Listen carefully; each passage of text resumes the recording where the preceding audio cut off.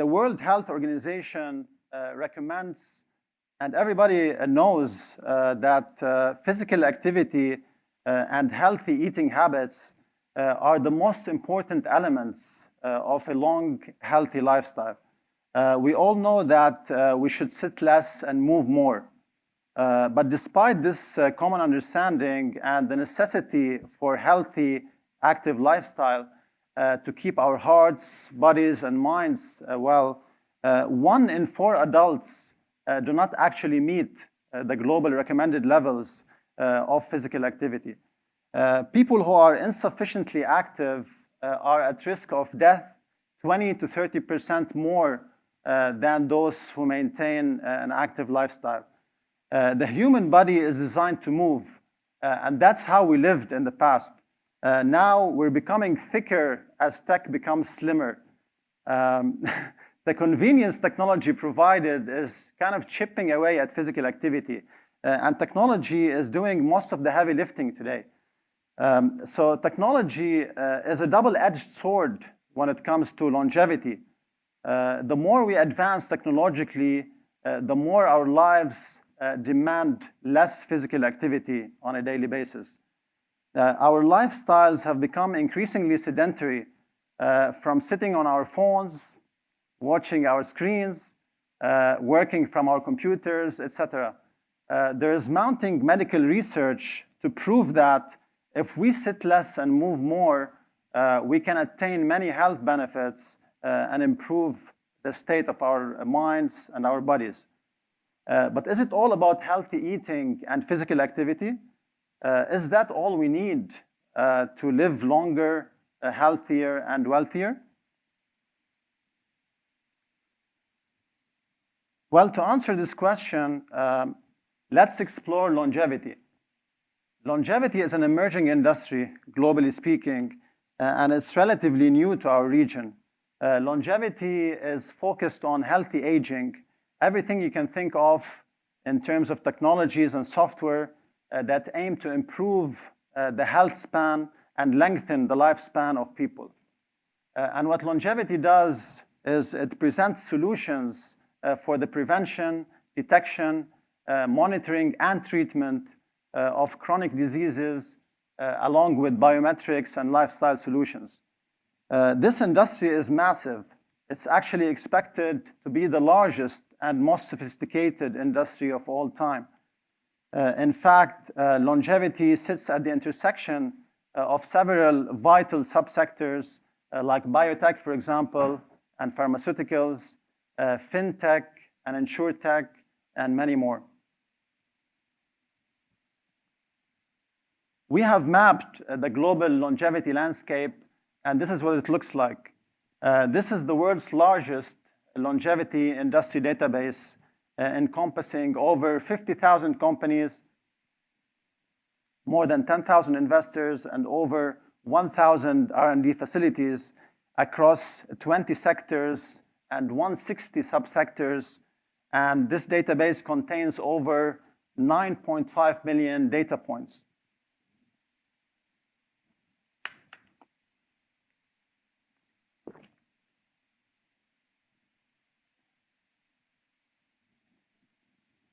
Now, even though the longevity industry has witnessed unprecedented levels of growth and maturity over the past decade, the term longevity per se and its fundamental definition remains unclear to many people, including investors who associate longevity with anti-aging skin creams and fitness and wellness mostly. It's definitely much more than that. In reality, longevity is the deepest of all deep tech sectors, and it's at the forefront of advanced biomedicine, sitting at the intersection of many deep tech and frontier technologies. Now, the true depth and breadth of longevity is larger than many of us can imagine. And all what you see on this screen have an impact on the health span, wealth, and quality of life of the population. For instance, longevity science is the study of aging, It aims to develop medical technologies to ensure a long and healthy life.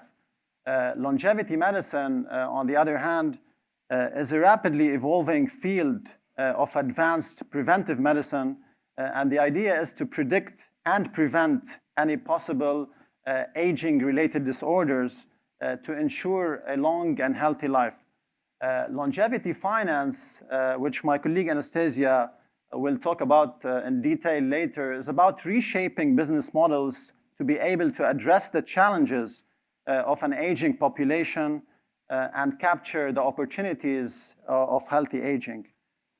Age tech encompasses the full scope of technological solutions for maintaining the overall functionality, productivity, well-being, quality of life, and social connectivity of senior citizens.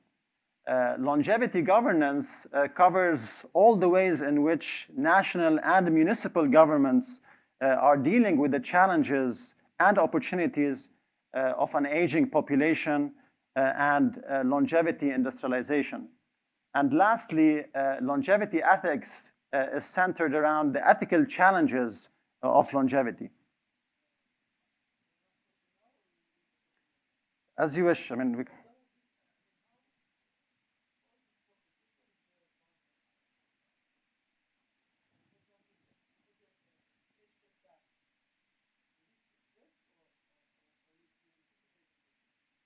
I think I'll leave that for Anastasia to answer because it's a bit technical, to be honest, and we can come back to it a bit later if you don't mind.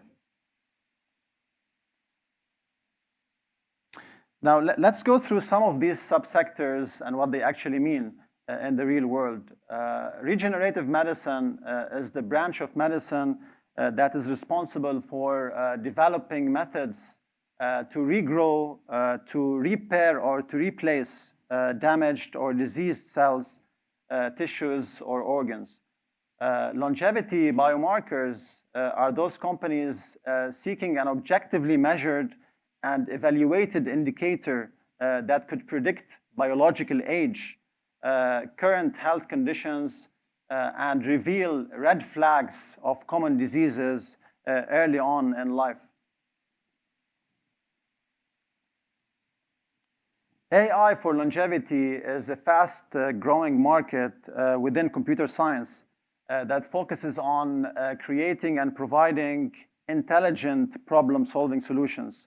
Femtech companies, on the other hand, are those developing products and services that target female-specific aspects of aging, including reproductive health, fertility, and menopause.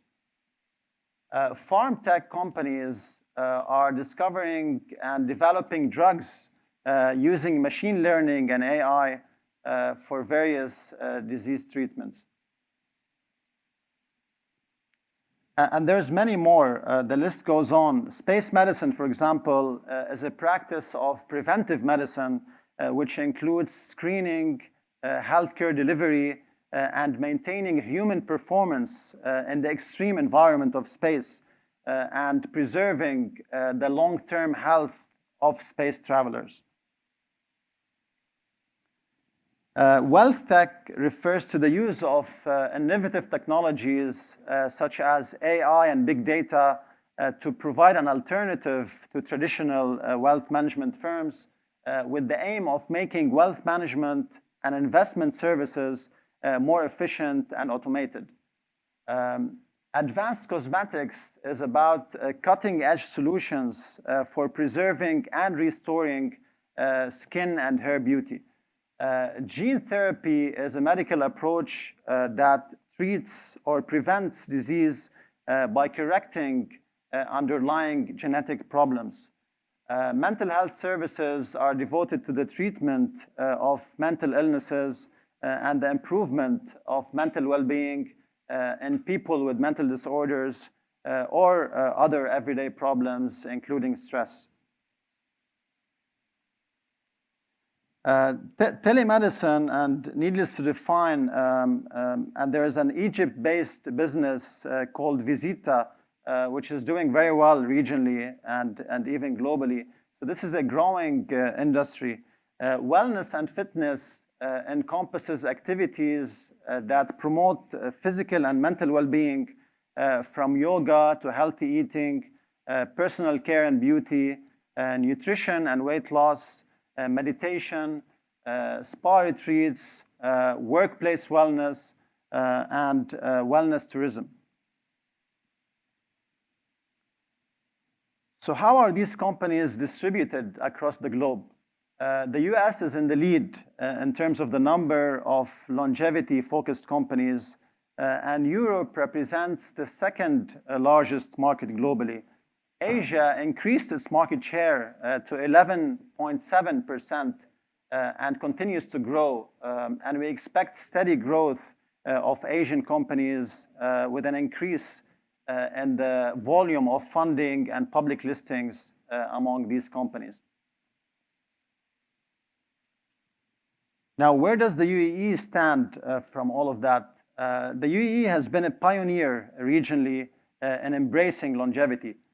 We've witnessed government entities signing strategic partnerships to advance some of the most vital healthcare sectors, including longevity. And we were part of some of these partnerships. Most recently, Sharjah Research, Technology and Innovation Park, and us at Deep Knowledge Group announced a first-of-a-kind partnership to map and develop the longevity industry in the UAE. And partnerships of this nature not only help in developing national longevity policies, they also maximize the health and wealth of the entire nation, while preparing future leaders to advance the longevity agenda, which is really a key component of the country's development strategy into the future. So in light of the aging demographics, age-related causes of death and disability, things like pancreatic cancer, heart disease, and diabetes, these things have been growing at significant rates over the past decade. So with a rapidly aging population, the demand for health services to care for people with determination, knowing that the chances of disability increases over time with age, all this will require policymakers to anticipate these changes in advance. The UAE government, for example, has engaged in mitigation strategies for mortality by improving the healthcare system and enhancing long-term care facilities.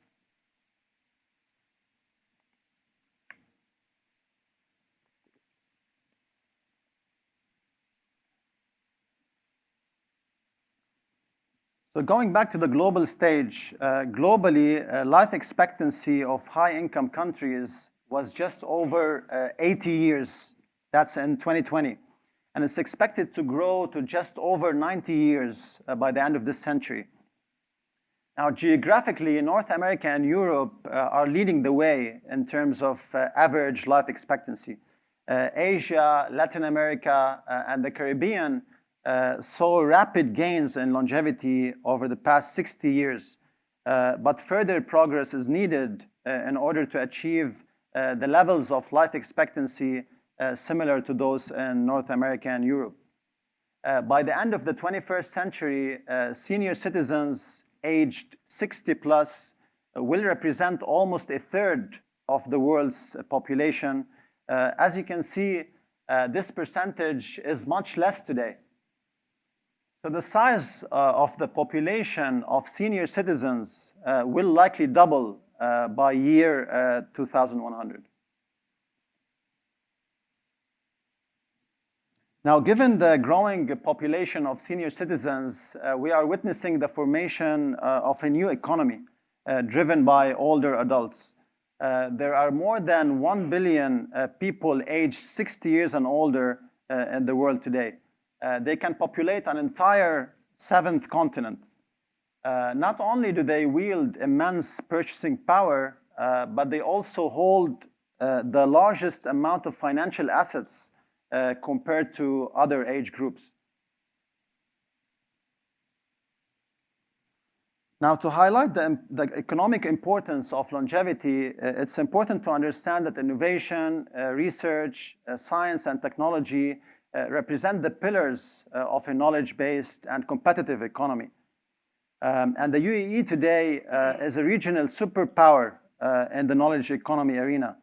At Deep Knowledge Group, we expect the year 2022 to mark a new era for the knowledge economy in the UAE. We like to call it the deep knowledge economy, if you will. So fields like human capital, science, data, and analytics are rapidly becoming major pillars shaping the next generation of the UAE knowledge economy. And the knowledge economy represents an engine for economic growth, as we all know, especially as the nation embarks on a journey, an exciting journey over the next 50 years. So to give you some numbers on the economic impact, the UAE longevity industry is expected to grow at a compounded annual growth rate of 3% to reach $23 billion by 2026. Look, I mean, the UAE is a nation that never ceases to put knowledge at the heart of its development agenda, and that's not only in relation to longevity, right, but across countless other sectors.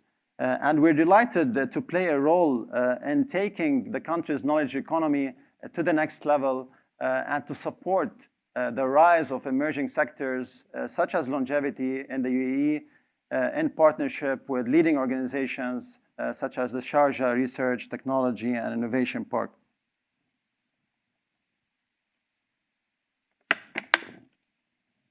Today, there is a pressing need for government attitudes to shift. And this shift should be from an aging reactive position, which means neutralizing the economic burden of the growing proportion of the population that is aged 60 and above. So from that position, an aging reactive position, all the way to the other end of the spectrum, to a longevity proactive position. So this shift is expected to generate massive socioeconomic opportunities, such as extending the period of participation of the aging workforce, and also extending the productivity levels and period among the elderly, and lowering the healthcare burden of old age care. And imagine the economic returns on all of that. Let alone the potential in the industrialization and commercialization of the longevity sector and its many subsectors.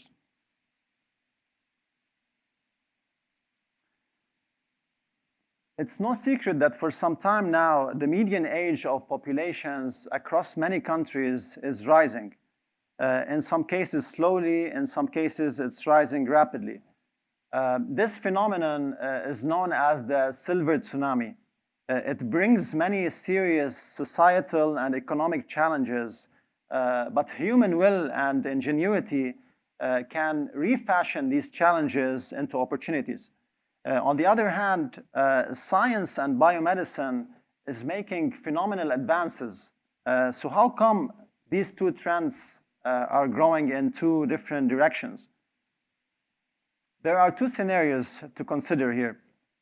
In an optimistic scenario, rapid progress in biomedicine has been mainly due to the advances in collection and analysis of data, which is at the core of what we do.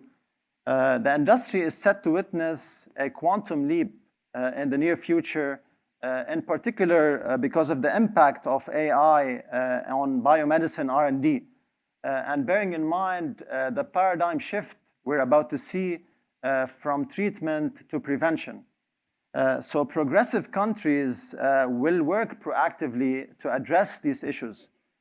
Financial institutions will have to have sophisticated long-term forecasting to reformulate their business models in order to minimize the challenges and to maximize the utilization of opportunities associated with these two opposing megatrends.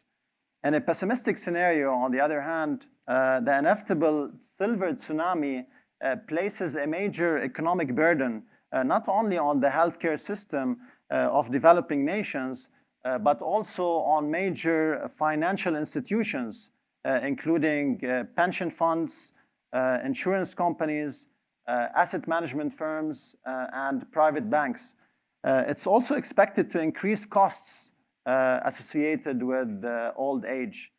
In reality, most countries will perhaps fail to address these challenges in advance due to the lack of will and the lack of technological capabilities. And they will miss to benefit from the progress in biomedicine and to neutralize the worst effects of an aging population. By the year 2060, 1 in 3 people in Europe will be 65 years old and above. A similar trend of life expectancy and the reversal of the population pyramid, so to speak, from young to senior citizens will be followed by the rest of the developed world. The forms of consumption will therefore change, and older people will become the engine of the so-called silver economy. The silver economy includes all those economic activities, products and services designed to meet the needs of people over 50. This concept brings together sectors as diverse as health, banking, energy, housing, telecommunications, and even leisure and tourism, and many others. One of the key components of the silver economy will be technological innovations. Advances in home automation, for example, AI, the Internet of Things, e-health, and other services typical of smart cities will gain the interest of a public that is mature but too young to feel old. Social determinants relate to the social aspect and include opportunities for education and training and social participation. Economic determinants, on the other hand, in relation to economic aspects, are income, work, and social protection. And in order to improve the quality and the affordability of care, health and social services need to be integrated and better coordinated. Now, physical environment determinants relate to the physical environment, obviously, and include transportation and housing. Behavioral determinants, such as healthy eating, physical activity, as well as the use of medication, are key to an active and healthy lifestyle. And prevention of disease is also key. Lastly, personal determinants include biological and genetic features that influence how a person ages, and psychological factors as well, such as cognitive capacity.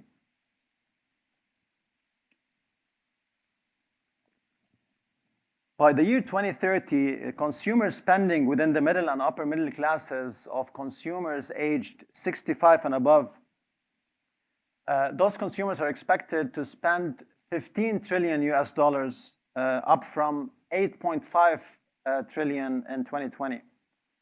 Seniors are the wealthiest age cohort in the world, together with older professionals aged 45 to 64 years old. This shift towards the wealthier elderly is not because senior citizens are inherently richer, but because in general, rich countries are older and poor countries are younger.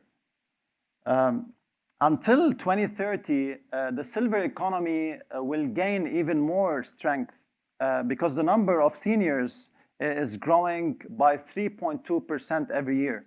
Many of the world's new seniors will be in Asia and less wealthy, by the way, than the current average. However, seniors will remain the wealthiest age group together with older professionals, as 76% of them will still maintain their status as consumers, which means they will continue to spend.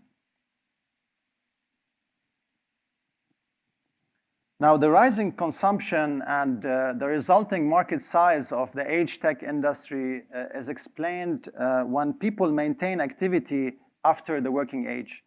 the older generation seeks to be active and seeks to stay in touch with current global trends. To meet the demand for active life, the longevity industry must continue to promote each and every aspect of healthy aging. So 91% of respondents said that staying in touch with family and friends helps them stay active and healthy. 87% said that bookkeeping or keeping track of their finances helps them stay healthy and active. And 73% said that apparently looking after their health and wellness keeps them healthy. Now, healthy longevity not only increases life expectancy, but also extends the duration of productivity for the elderly's or the elderly's participation in the workforce. Of course, it improves the health span of the overall population as well. Healthy aging is influenced by many factors, like economic growth, government healthcare policies, the quality of healthcare providers, and the extent to which people have access to all of that. Also, let's not forget the other social and environmental factors, such as the quality of air we're breathing and the levels of pollution, which, of course, also affects longevity. So this graph shows the interconnectedness between the various factors that determine longevity. For example, general economic conditions of healthy longevity include income, work, and social protection. Mortality rates by cause includes analysis and mitigating preventable causes of death. Lifestyle factors are things like healthy eating habits, physical activity, as well as the use of medication to prevent and treat diseases. The physical environment where you live, as I mentioned, is also very important. And that also includes transportation, housing, and the natural environment as a whole. Demographics include genetic susceptibility or pre-existing tendencies for longer life. For example, some ethnic groups have been known historically to have higher life expectancy compared to others. Healthcare funding is the quality of and the affordability of long-term care and the health and social services that need to be integrated. The bold arrows you see in this graph indicate direct impact on healthy longevity, which is determined by the difference between life expectancy at birth and health-adjusted life expectancy. And the dashed lines reveal a kind of a correlation to some extent. Last slide. Healthy longevity also implies politically driven changes to make life easier and more comfortable for people of all ages, not only the elderly, especially the elderly. So as cities get bigger with urbanization and the elderly population increasing, governments must adapt and create new infrastructure to accommodate the needs of this growing demographic group. To address these issues, in 2006, the World Health Organization developed the concept of age-friendly cities. These cities use modern technologies and implement effective municipal policies at the local level to support their populations in retirement and to also increase life expectancy and to promote better aging. So these cities have been seen as key destinations for people who want to live comfortably during their twilight years. And while age-friendly cities can be viewed as good places to retire, longevity valleys, on the other hand, will emerge eventually as ideal locations where senior citizens can remain professionally, mentally, socially, and economically active for as long as possible. That is what we mean by practical longevity. Longevity valleys is a natural evolution from age-friendly cities. Instead of focusing on healthy aging, the next step is to create conditions for practical longevity, focusing on extending the health span and the wealth span of citizens. Now, currently, age-friendly cities are places where older people can age better, but longevity valleys will be places for younger people who want to live longer, or older people as well who want to stay active and enjoy healthy aging. A truly longevity-friendly city would combine all the facets of the longevity industry that we've covered here today, from age tech to wealth tech, insure tech, and societal infrastructure, of course. The ultimate goal is to maintain an optimal state of wealth and health in the later years of life. And that will empower senior citizens and the middle-aged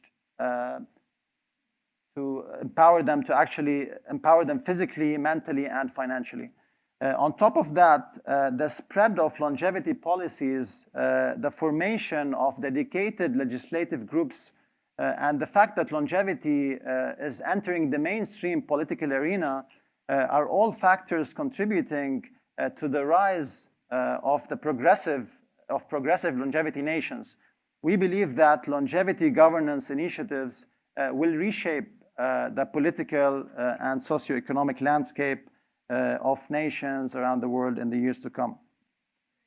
Great, thank you so much for your attention, and God bless our senior citizens and our younger ones and everybody in between. I will now hand over to my colleague Anastasia, who will take you through the financial side of longevity. Thank you.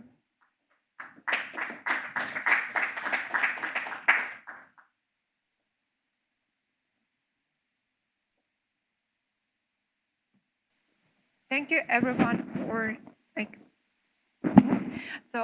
thanks everyone for attention. Thank you. I would like also to thank my colleague Baha for his presentation. Especially I would like to thank Sharjah Research Technology Innovation Park and His Excellency Mr. Hussein for hosting this event. So let's speak about the investments in the longevity industry. We know that it's already emerging industry and very prospective one. As for now, we can count 1 billion people over 60 years on the planet Earth right now, and we can count 311,000 of people in the UAE. So we already know that the population is aging in every country, and it is multi-trillion industry to invest in. If we're speaking about the UAE region, we should remember that there are two types of the longevity industry. The first one is saving elder people, like saving the 65 plus population and keep them healthy and wealthy. And at the same time, we remember about saving the current population. So the people in their 30s and 40s, they already start to pay attention how they can live longer, healthy and wealthy, and we can speak about healthy aging and youth extension. We can see that the global longevity market is growing. We can see that the current estimation for 2022 is $27 trillion, which is already a big number, and we expect to see 33 trillion in the industry in 2026, which also shows us a tremendous growth of the industry where we could invest our funds. Speaking about the UAE market, we can see that there are two scenarios of what we expect it to be. There is a gray sky scenario, which is showing the CAGR of growth of 3%, and we already see that starting from $21 billion in the UAE market right now, we will face 23 billion of market.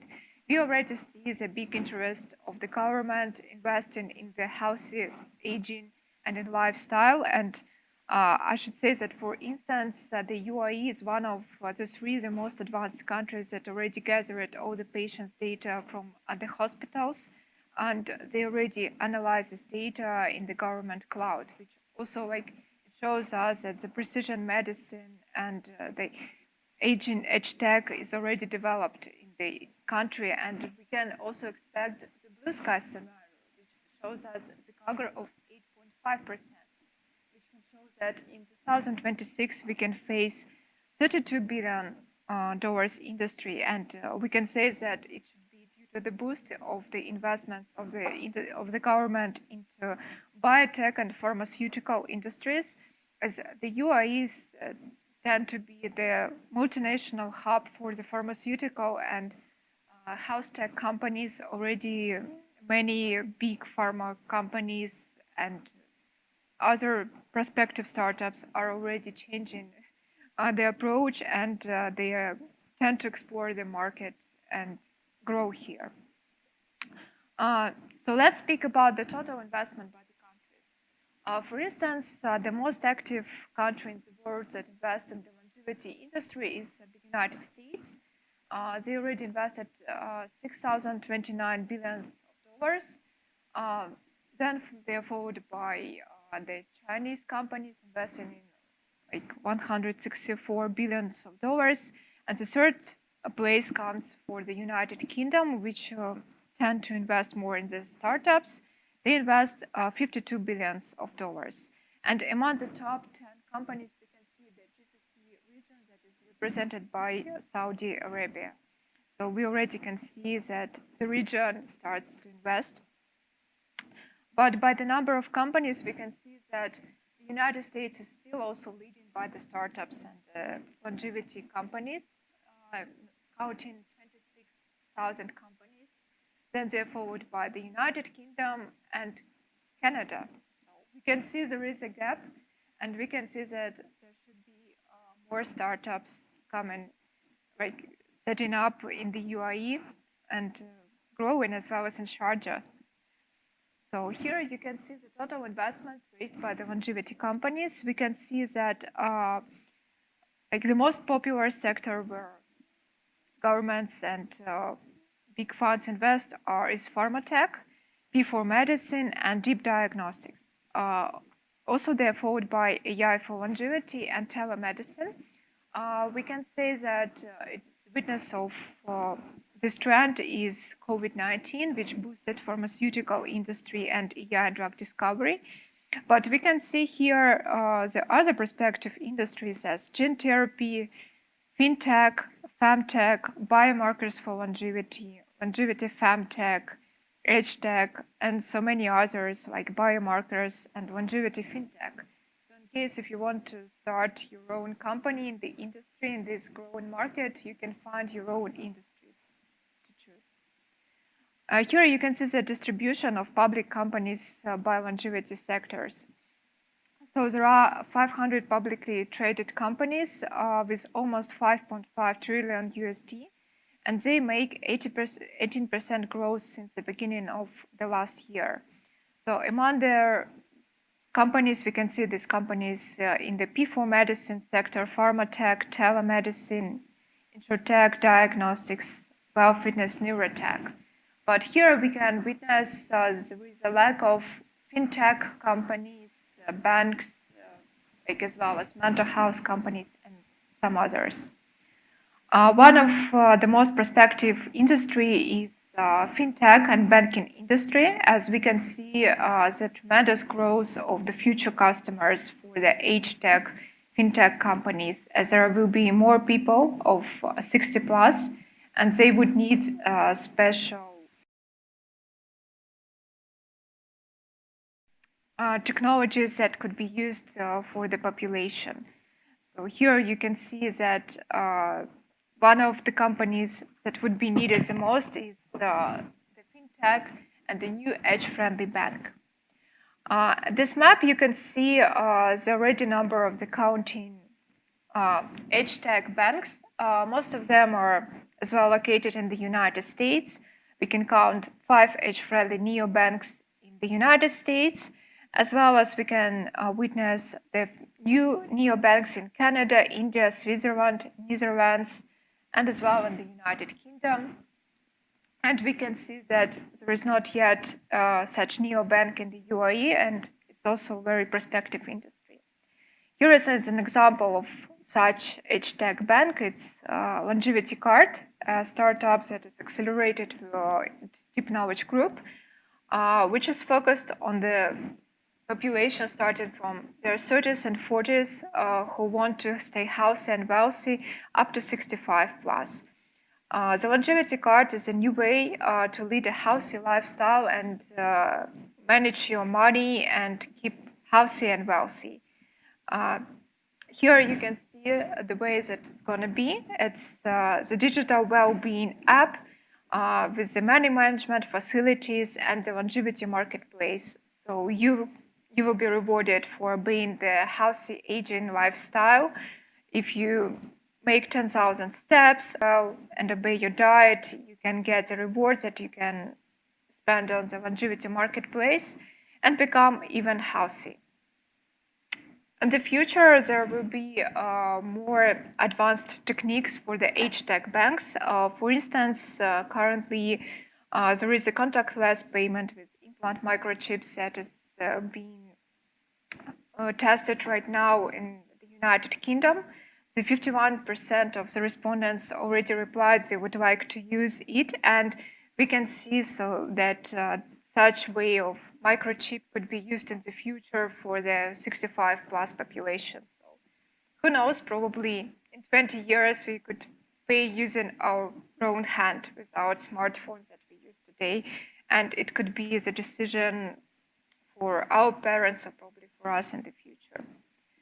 So what are the ways to invest in the longevity industry? For sure, you can buy shares of the public company, and this is for the retail investors.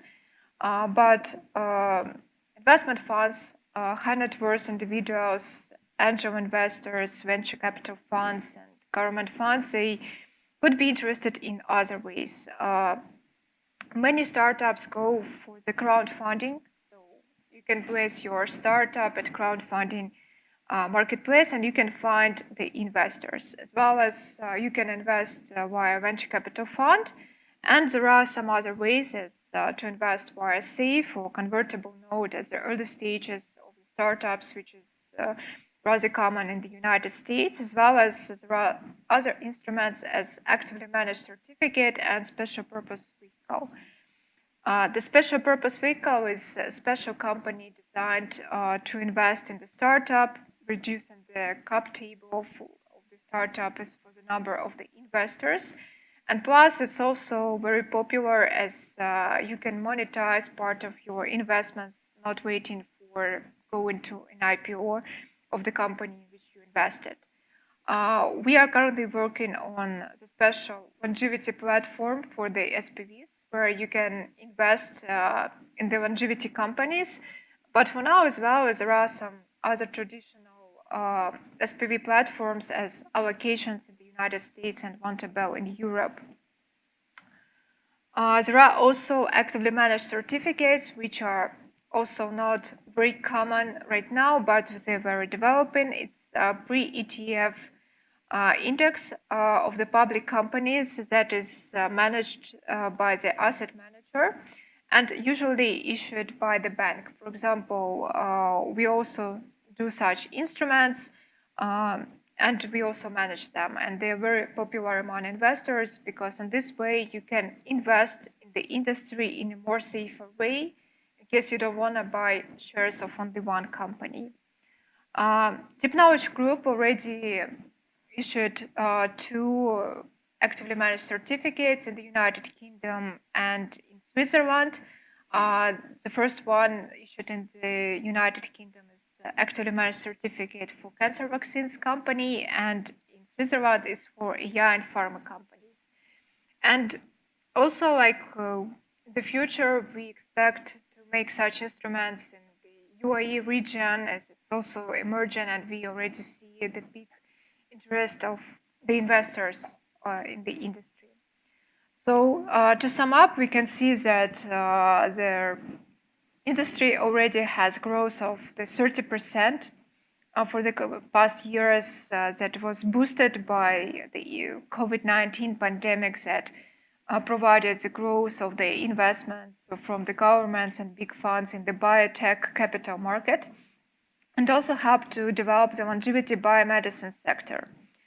Also, the longevity market overall size potentially exceeds 25 trillions, and we expect even bigger growth and the boost in the coming years. And we can see that there is already a large number of the investments of $6,072 billion in the industry that is growing and growing, and we see the great potential for the startups and for the industry in all over the world, and particularly here in the UAE and in Sharjah. So we welcome the interested startups and the investors to think about this industry and to grow here. So thank you for your attention.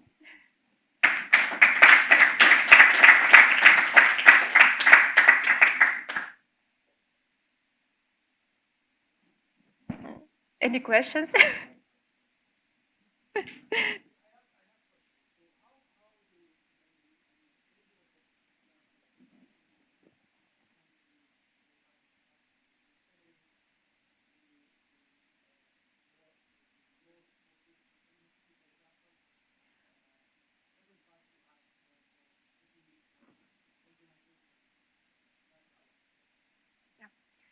If we think about the global, the most advanced country for now is the United States.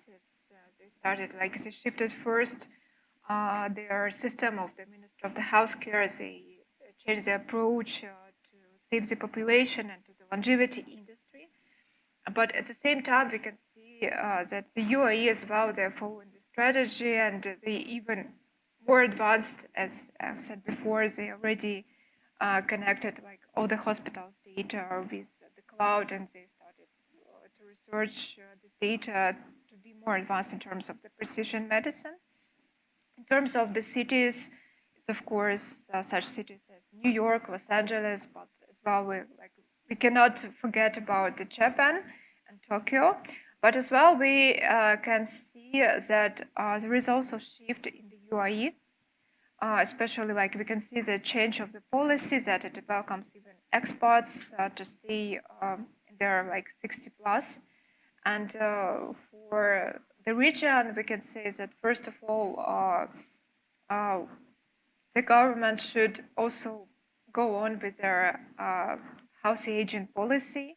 As we already know, the government already invested in the longevity clinics, and there will be more here, as well as to support the startups, the ecosystem, like not only the health tech, but IT sector as well, as so they could develop more software for such companies, as well as, like, we need to analyze the big data that would allow us to stay younger, and as well as I should say that investments play a huge role. As if we invest now, we can stay we can stay not healthier but also wealthier in the future. So thank you. It was a pleasure for me. Oh, yeah. So what's the strategy for startups? If we want to build an ecosystem for startups within the industry, what advice do you have? The first advice is like, all the startups, they want to start from something, so they need to feel the support.